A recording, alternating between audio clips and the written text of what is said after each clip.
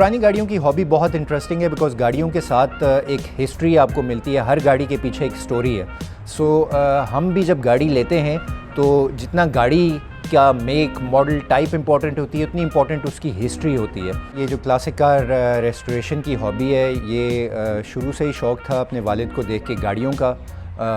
Specifically classic cars restore करने का शौक़ तब से हुआ जब मैंने अपनी वाइफ़ को जो है वो एक वॉक्सवैगन बीटल जिसका 1961 मॉडल था वो गिफ्ट की।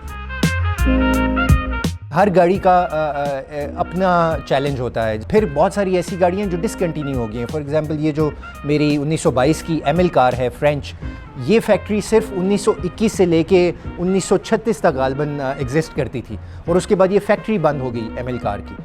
तो उसके जो पार्ट्स और इसकी जो अवेलेबिलिटी है वो हॉबीज़ से है, यानी कि बहुत सारे हॉबीज़ जो हैं वो रिप्रोडक्शन कर रहे हैं पार्ट्स की, वो इन्फॉर्मेशन शेयर कर रहे हैं और मेरे जैसे शौकीन लोग फिर उनसे इन्फॉर्मेशन और पार्ट्स बोरो करके और स्केचेस या 3D में अगर कोई चीज़ बनानी है तो उसका 3D मैप बोरो करके और फिर उसको हम प्रिंट करते हैं और उस पार्ट को यूज़ करते हैं। मेरे पास 1958 की ऑटो यूनियन DKW है।